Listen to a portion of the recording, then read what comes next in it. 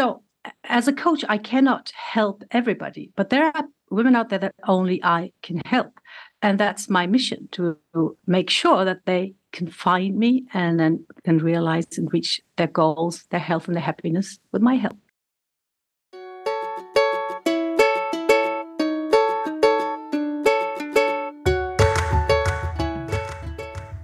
Hey, I'm Hillary Baggett, host of Hill Talks Momentum in Midlife podcast. As an occupational therapist turned entrepreneur at 50, I'm on a mission to connect, motivate, and inspire women over 40, 50, and 60 to know that no matter what, you can reach for that dream and know. My guest today is Kim Rahir. She is a journalist turned European champion weightlifter after a diagnosis of multiple sclerosis after the age of 55. Kim wants you to feel confident in your body and your life, to both master new skills and learn how to let go of doing it all. You're going to learn how to focus on 15 minutes a day, the best place to work out, the importance of connecting to where your body is in space without mirrors, and why sleep is non-negotiable as a foundation for supporting your metabolism. Before we dive into my chat with Kim Rahir today, I just want you to know this episode is brought to you by the Women's Midlife Network and Community Bloom membership. Every second Monday of the month, we meet. And you can join us. You are worth it. You belong. Come and connect and find out if we are the right fit for you. Check us out. Today, you're in for yet another special treat. I am going to be welcoming my guest, Kim Rahir. She is a journalist turned European champion weightlifter after a diagnosis of MS, multiple sclerosis, after 55. She is multi-passionate, and she wants you to be able to master skills of how to not only get stronger, but to let go of doing it all. And we're talking about taking our power back, our strength. So she's a former journalist turned health coach, a survivor of multiple sclerosis, in master Olympic weightlifting. She's on a mission to help women embrace muscle and strength as a one-stop shop solution for a host of health problems, often from our 30s onward. Her approach is turning scientific knowledge about human health into actionable toolkits with small steps in everyday life. She's also the mom of 3 grown kids, and she's German, living in Spain. Big welcome, Kim Rahir. Thanks for having me. I'm really excited about our chat today, and thank you for the work that you do in the world.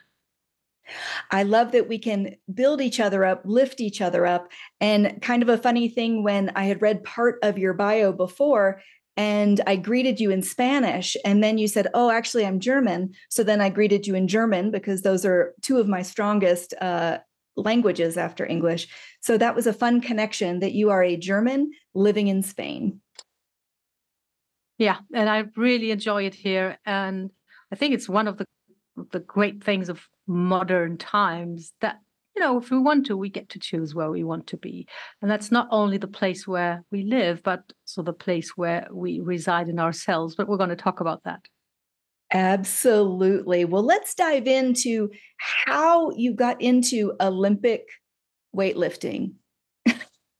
Yeah, I became a strength training woman after my episode with MS, after I was diagnosed, told to be careful with exercise. I did some research, and I wanted to become strong again after my illness. So I started lifting weights like normally in the gym with machines and some barbells and dumbbells to get stronger. That was my one desire, to build my body back up. And then I worked with a personal trainer who one day said, well, Kim, you like lifting heavy and stuff. How do you feel about trying Olympic weightlifting? It's like 2 movements. You have to lift the bar overhead in one move, that's the snatch, or in 2 moves, that's the clean and jerk. And I remember seeing Olympic weightlifting during the Olympic Games. I used to watch that with my dad when I was a little girl. And I'm sure you must remember this too. It used to be totally super overweight, hairy guys in weird singlets with a belly hanging out, lifting these barbells overhead.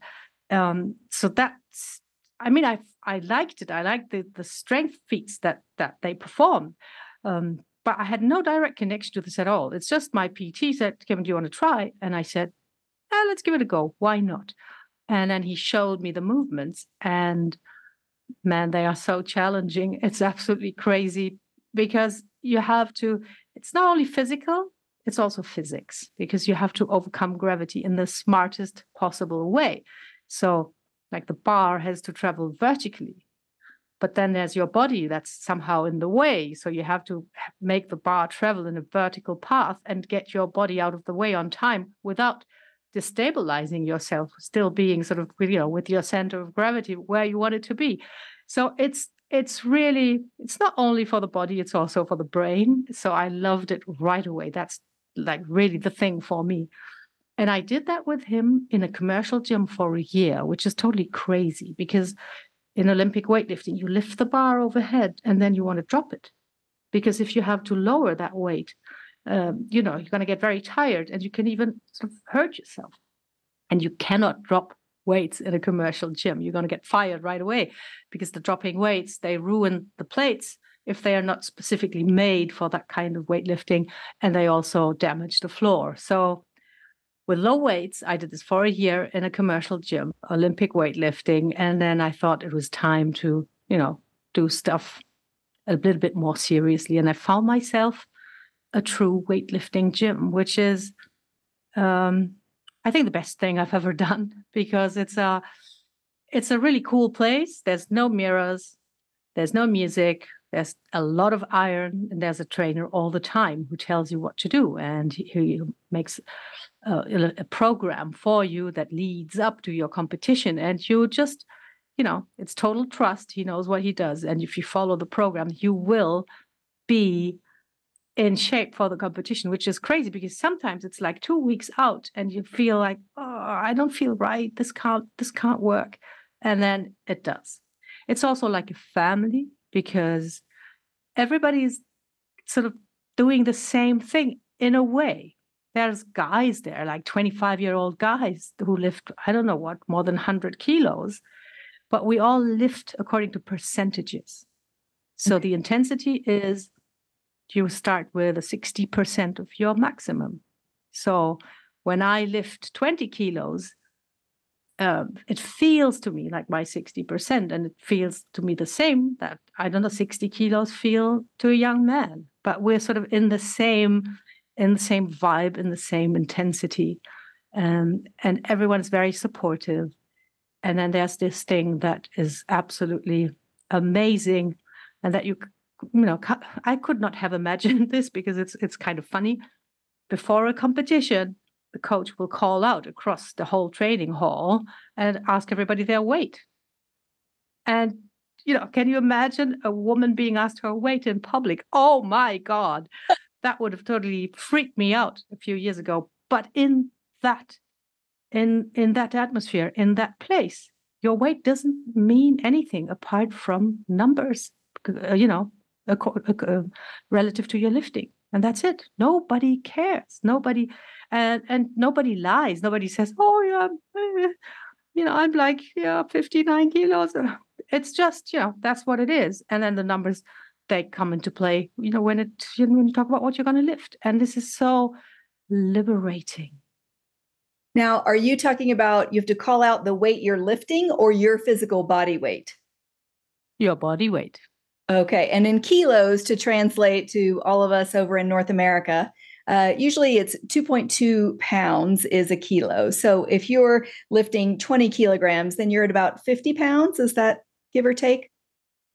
Yeah, approximately. I do think that American weightlifters use kilo plates also. I think it's standardized. That's right. So if you listeners are wanting to get into Olympic weightlifting, you're going to have to be able to translate to kilograms. So that's good to know. Well, your coach might do that for you too. That's right. Well, I think it's super important to know that you certainly, for our listeners, they can't see unless they hop over to the YouTube channel, but you are not a large, hairy, bulky person. And I think a lot of the times women are resistant to lifting any weight because we so often hear, I don't want to get bulky. So talk to us about busting that myth. Yeah, I don't know why it's around. Because I think it might be because of the 70s and the images and the narrative of Schwarzenegger and pumping iron on Venice Beach and making these muscles like sort of blow up. It's physically close to impossible for a woman to achieve that without chemicals. There might be an outlier or two because everyone's different and your genetic makeup might be one where you put on muscle easily. I've never met any woman like this. They might exist. Some women are naturally very have a fibrous look about their muscles and look very shredded naturally. But bulk, big muscle mass is because of our hormonal setup, really not possible to achieve without chemicals, and especially not with just normal weight training or even weight lifting. It's just not possible. You would have to do like hundreds and hundreds of repetitions of very isolated movements for specific muscles to stimulate them to grow. And then just think of all the guys in the gym. They toil away for years because they want that bulk. And they lift and they toil and they struggle, and they can't achieve that with all the testosterone that they have in their bodies. Why would a woman accomplish that all of a sudden just by looking at a pink dumbbell from 2 yards away? It's not going to happen. I think it's more of a cultural obstacle. It's more linked to this notion of a strength as a virtue that is not really connected to our idea of being a perfect woman or what we want to aspire to. When we're raised as girls, we're sort of told to be cute and nice and good and elegant, maybe smart. But physically strong is not really part of this. And I think the reluctance to building muscle, or this fear of becoming bulky, is more of a hidden fear of actually becoming physically strong. And is that okay for a woman? Wow, that's really a good point. And I think the younger generation now is really valuing and embracing and really breaking through those barriers of that you can be a woman and be strong. You can be cute and beautiful and strong, and that it doesn't have to be either or. So I'm glad that you're raising the awareness for those of us over 50, because sometimes it depends on the age of the person with what's the cultural belief for that generation. Oh, well, I think that kind of leads me a little bit to metabolic change. And when you and I did our pre-chat, you had said women believe that the metabolism slows down after 40, and it's just not true. And I kind of gasped to myself of like, oh, that was kind of this great excuse, but you have a really wonderful explanation for that. Well, there's a brand new study, brand new. I saw it a year ago, a big meta study that shows that the metabolism stays roughly the same until you're 60. And it sort of goes downhill from there. The thing that slows down is not your metabolism. It's you. I know it sounds harsh, but it's actually very, very empowering and liberating. Because when you say, my metabolism has slowed down, it's like, okay, there's nothing I can do. What can I do? Right? There's some inexplicable thing inside of me that's sort of wanting me to, put on weight or be lethargic or feel without energy.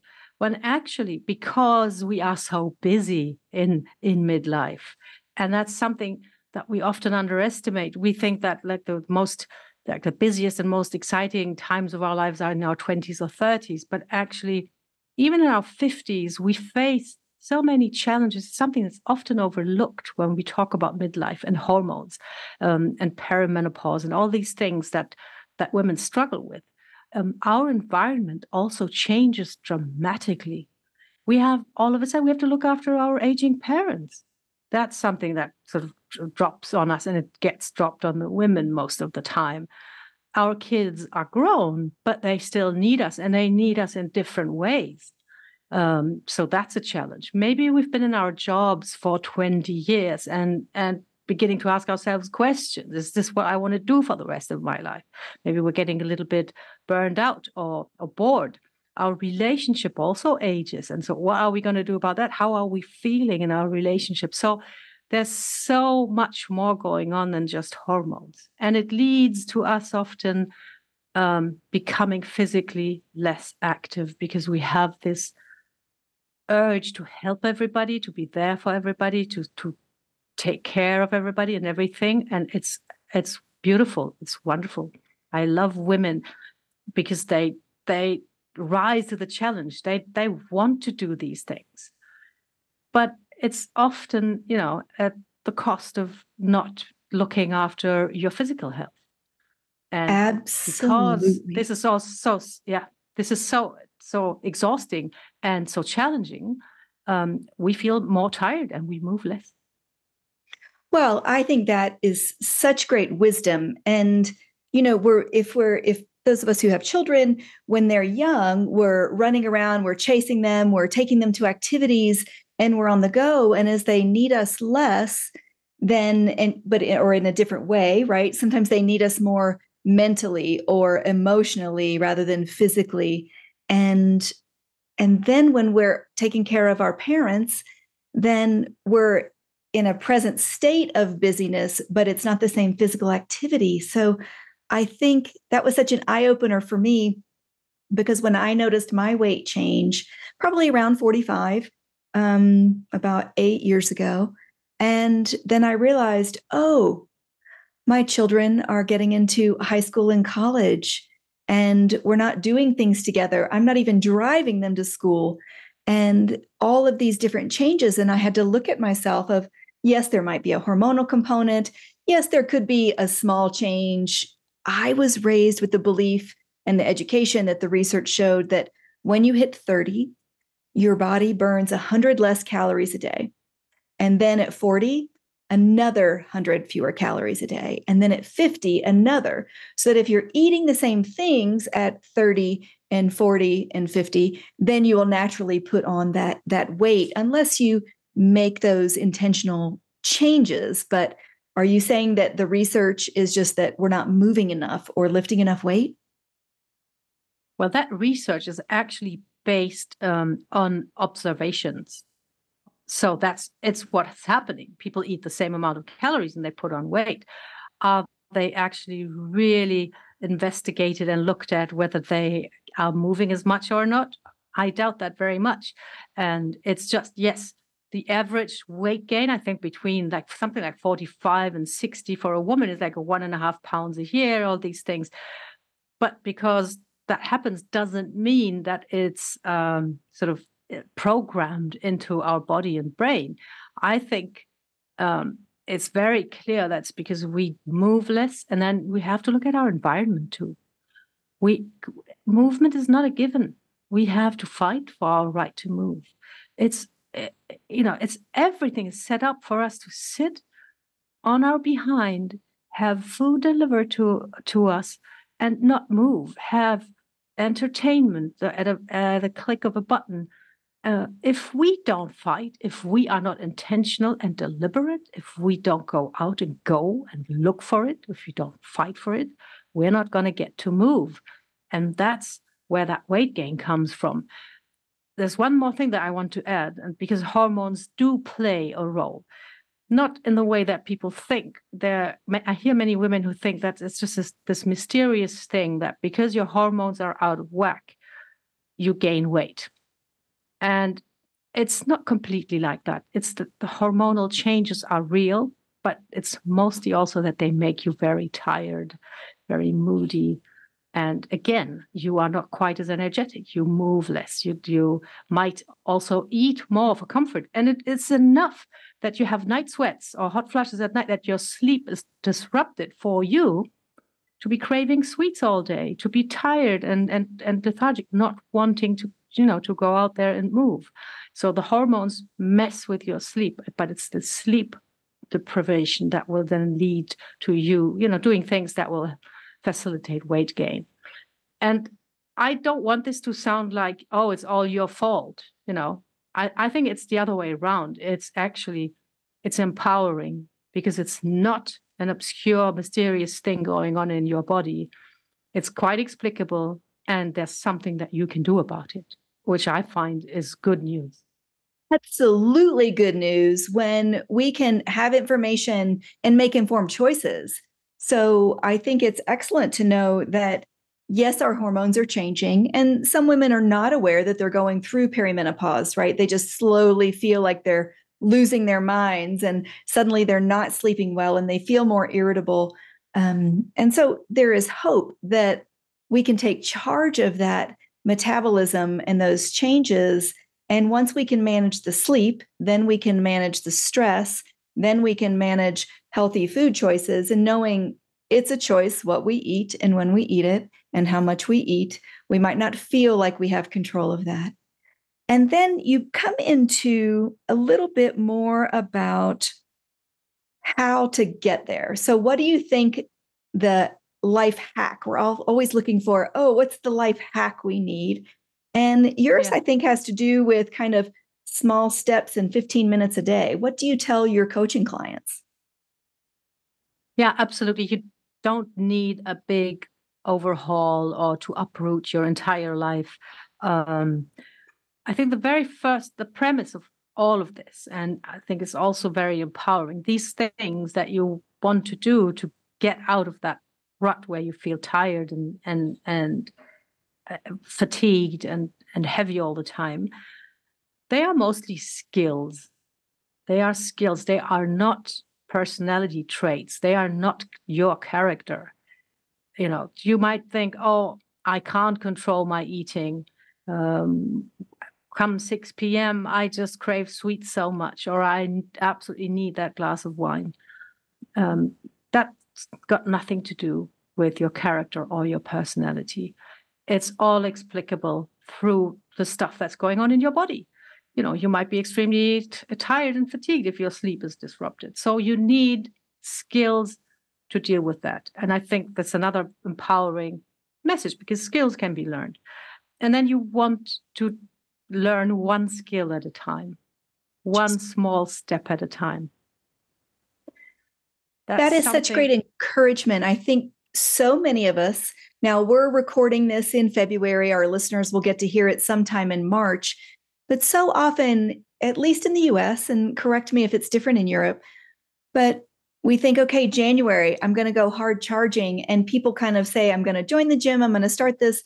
And then by the second or third week in January, they've slowed down. And it's never too late to say, oh, it's the 15th of the month, or the first of the next month, or the first day of the week, to recommit yourself to developing those skills with those small steps and just that one thing. What would you say would be the first thing people should start with? It actually totally depends on where they are at.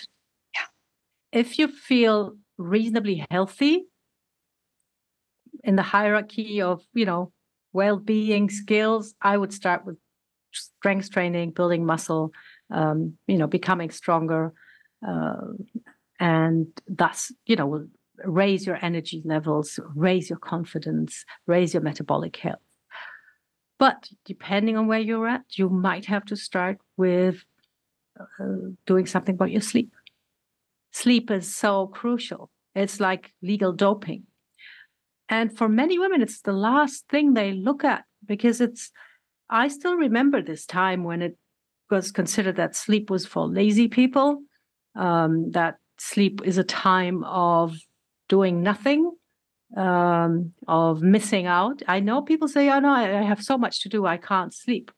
When sleep is actually a super active time for your brain. Your brain is, working overtime while you sleep. And for some women who feel really low and have actually trouble sort of getting up in the morning and getting going and motivating themselves and having that brain fog that you mentioned and feeling like they're going crazy, they probably will have to start just with working on their sleep. I know it doesn't sound very sexy because it's much more inspiring to say, okay, I'm going to go and lift some weights. But sleep is such a foundational thing, and it will make you better at absolutely everything. Absolutely. In fact, about 12 years ago, I had to go to a sleep camp to learn how to set aside and create sleep hygiene routines and how to wind down at the end of the day. And one of my mentors does a 3-2-1, 3 hours before bed, no more food, 2 hours before bed, no more work, and 1 hour before bed, no screens. And so kind of systematically breaking things down. And if you're going to go out for a nice walk after dinner, which I know for us when we lived in Germany was one of our favorite things, or my favorite thing to do, just to get that fresh air and movement so you didn't have like a meal and then feel like, oh, I'm just sitting around the rest of the evening. Yeah. So great encouragement on, if you need to start with sleep, start with sleep.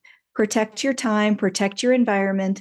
I think that's a harder thing as we get to midlife, Kim, that especially if we're with a partner, they may be snoring, they may be impacting our sleep. I know I had to buy special earplugs. And for a lot of people, sleep apnea, snoring, all of those things disturb the sleep environment. Have you had any experience in encouraging people in their sleep hygiene? One thing that works pretty well with snoring and is simple and effective is mouth tape. It sounds crazy, but you'd have to sort of glue that mouth shut and it will make much less noise. And another side effect, your husband will sleep much better with that, breathing through the nose. It's like, really simple, and you have to be willing to do that as the husband. Otherwise, there's no other solution, and maybe moving to another room or sleeping on the sofa or something like that.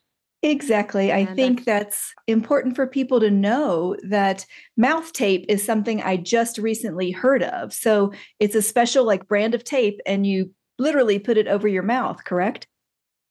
Yes. And it prevents you from opening the mouth and snoring? Yes, absolutely. It prevents a lot of snoring. And people who sleep with their mouth open tend to wake up at night because their mouth is so dry and they feel they need to drink water, for example. And when, you glue the mouth shut, that doesn't happen. And so their sleep quality improves. And, it's often also inducive to sleep apnea when you sleep like that, that you get this, the mouth is open and the airways are obstructed, are closed, and there's no oxygen coming to your brain. So it's a really good thing to try that mouth tape. Even if you're not snoring or you don't have someone complaining about you snoring, and I think it's a problem for some women too that they snore. Absolutely. Try that thing. Try to sleep with a closed mouth and feel the difference. It's really effective. That is really interesting. So I think what I'm gathering for you to say about you don't need to make lots of changes too quickly. You need to choose the one thing. And if you're not getting good sleep, start there. If you're in pretty good health, you're drinking your water, you're getting your nutrition in, then it's okay to build into the strength training in order to boost that metabolism. And I think you were saying before we pressed record that you tell your clients just 15 minutes, just work on 15 minutes a day. What would you add? It's really important actually to start with only 15 minutes. I think it's a key to success. because our good old brain, our primal brain, hates change. It doesn't want change. As uncomfortable as I may be here where I am, my brain thinks, well, at least it's something that I know, it's a situation that I'm familiar with, and it's kind of safe. So we will always have resistance to change. And this 15-minute start is a way of lowering that resistance. And that's the typical thing that happens in January. Just imagine you say, okay, I'm going to go to the gym 3 times a week. I'm going to work out for an hour. So what you have to do when you want to go to a gym 3 times a week, you have to pack your gym bag. You have to go to your car. You have to drive to the gym. You have to find a parking spot. You have to walk into the changing room. You have to get changed. You have to walk onto the gym floor. Maybe you don't feel comfortable there. Maybe you think everybody's looking at you. Maybe you don't remember the tour that the trainer did with you during your first visit, and you look at the machines and you go, what was I supposed to do here? I have no recollection of that. So that makes it so difficult that with the first thing that happens in your life, and it could just be, a call from school, you have to pick up your child, or anything can happen, or your car breaks down, or you just have a really, really bad day, you're not going to go. Because the resistance to doing all of these things that I just told you is going to be sky high. That's why I insist on doing 15 minutes a day. And it's designed in a way that you don't need equipment, you don't need a lot of space, and you can actually do it in your pajamas. Like that, the resistance is minimal. It's very hard to find a reason not to do it. You can just sort of get it out of the way in the morning, and then it's done. And that will feel so good. I mean, you'll start your day feeling great because you have done that. And it's really, and from a physical point of view, in 15 minutes, you can get the basic movements in, because that's what we do these days. These ideas of just building biceps by doing curls and stuff, we don't do that anymore. We train for movement. We train for the stuff that our bodies are built for: pushing, pulling, carrying, picking stuff up from the floor, or, from getting it down from a shelf, things like that. Functional movement is what we train. And you can get enough of those movements in 15 minutes to feel a difference, and a significant difference, in as little as 2 weeks. In as little as 2 weeks. That's so encouraging. And I think it's important to also give people permission to, if you're going to start something, what is your success? And some people might need to start at 5 minutes and build up that success at 5 and then build to 10 the next week. I know after my reconstructive surgery, that was the goal. Was week 1 was just to try to walk forward for 5 minutes at a time. And it took up to the 6 weeks that then I could walk 30 minutes. And I didn't feel certainly as strong and fit as before, earlier in life. But then it got easier and it got easier. And so it's kind of that success and those small increments. I love that you've done that. I just want to circle back just a bit to not having mirrors in the gym, and something you had told me when we had spoken before about how important it was, and how your trainer explained to you, and I think you like to also use this with your clients, about the benefit of not using mirrors. Yeah, it's big, it's huge, and it's really crucial, because you want a connection between your brain and your body. You want to know instinctively what position your body is in space. You don't want to look at the mirror to see how you're positioned, how you're standing, how much of an inclination you have in your spine. You need that to be sort of programmed. You need this inner circuit. You need all the information that come from your limbs to go to the brain and tell the brain where you are at, because only then can you execute the movement that you need to execute, because it comes from the brain. Then it goes to the limbs and tells them what to do. If you only look at the mirror, you will have this outside thing that gives you even wrong feedback. And it's something that is really, really important with, for example, stretching exercises. I don't know if you walk around gyms a lot, when you see people doing stretching, they mimic, and it's their brain doing that. It's not because they're stupid or lazy or whatever, but it's the brain looks and mimics the movement that they see in the stretch. And then when you have a trainer showing the stretch, and let's imagine they're sitting on the floor, their legs stretched out, and they just lower their upper body, like straight onto their legs because they're so flexible.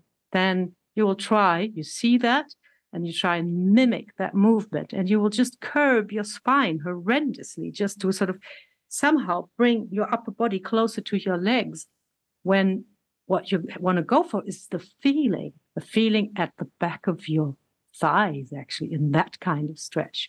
So I always tell my clients, it's not about how the movement looks. You have to go for how it feels to make sure you are working the right part of your body. It's really important because it helps you also not get hurt by just mimicking a movement that your body's not capable of doing, and by not paying attention to what part of the body are we actually working here? What are we doing here? Where do I want to feel this? And if I want to feel this, I have to look inside and not into the mirror. I find that fascinating and almost counterintuitive, because the women that I see and work out with so often, they have no idea where their body is anyway. And so sometimes starting with the mirror of, is this how I need to do it? But what I find is the instructor really needs to be the one to cue us of bringing that awareness of, make sure your shoulders are not up at your ears when you're doing something. Make sure, like you said, that you're not curving your back to try to touch your toes, but that you're feeling that stretch, the hamstrings, the bottom side of the thighs, right? When we're leaning over. So I think that's so important to not rely on the mirror to give you all the feedback. But sometimes I find it like, well, but if I'm not looking at the mirror at all and I'm completely disconnected from my body, then how do I get that feedback? So for me, sometimes I have to put my hands on the body part that I'm trying to engage. Okay. For me, it's the weakness of the pelvic floor, usually in my core. So yeah, I appreciate that's a good method, to put your hand, like feel where your breath is, for example, which is difficult for some people.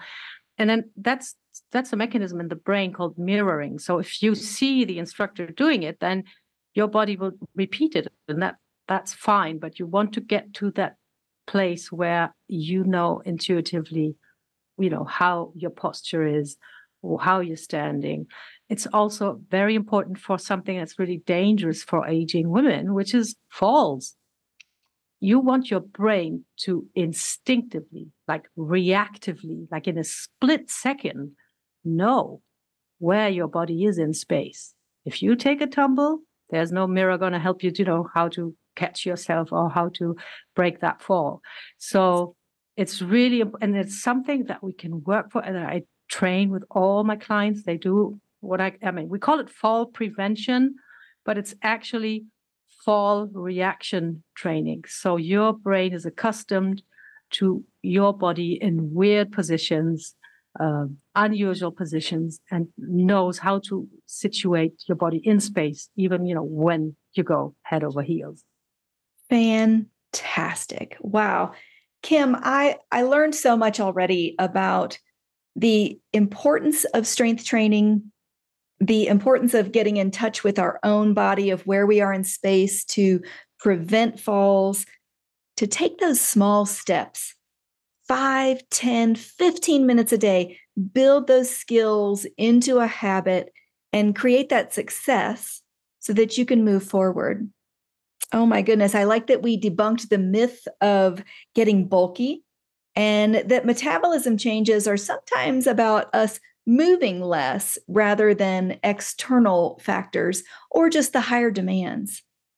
And I really heard a call to action to women out there of, hey, take control of your sleep schedule.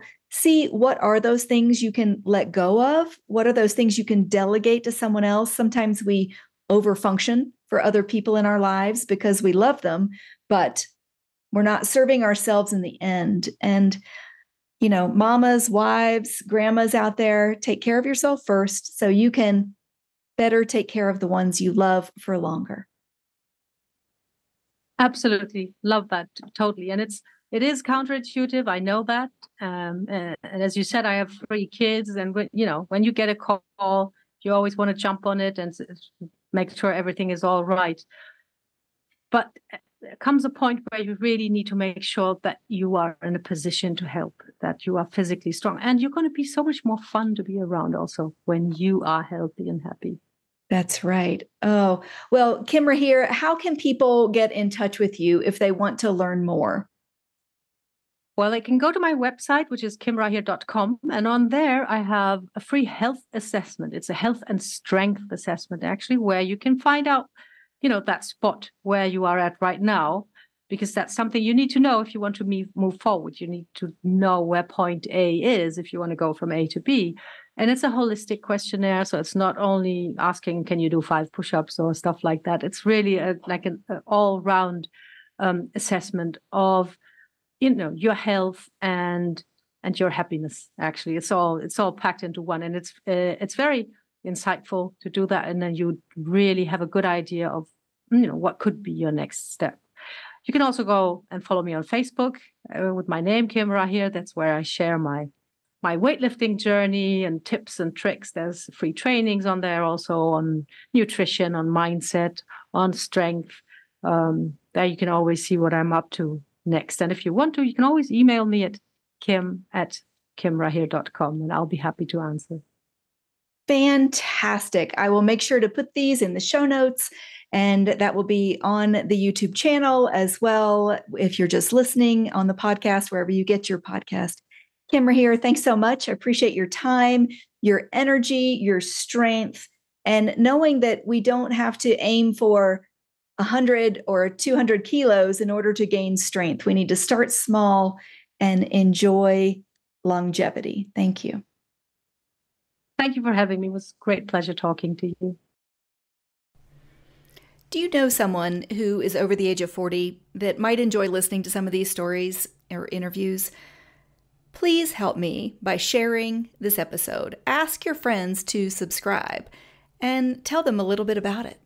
The goal is so that people will know that you're not alone. Well, I hope you feel encouraged that it's the small steps that you can take, and it's minutes each day, that consistency that builds the confidence that increases your energy level. Well, I hope you learn to connect more with your body. I hope you commit to better sleep. It is the foundation for supporting your metabolism. I am also encouraged that a former journalist can turn health coach and turn into a European master weightlifting champion. Amazing. We all make mistakes. We can stop people-pleasing, giving too much, and doing too much. Let's just keep moving forward together.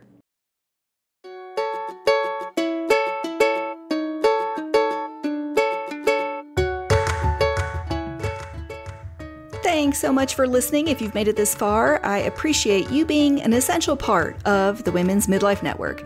We're connecting women. We're sharing stories and inspiring change. And not just for now, but for decades to come. I am so thankful for you, and I always hope you feel the love. Until next time.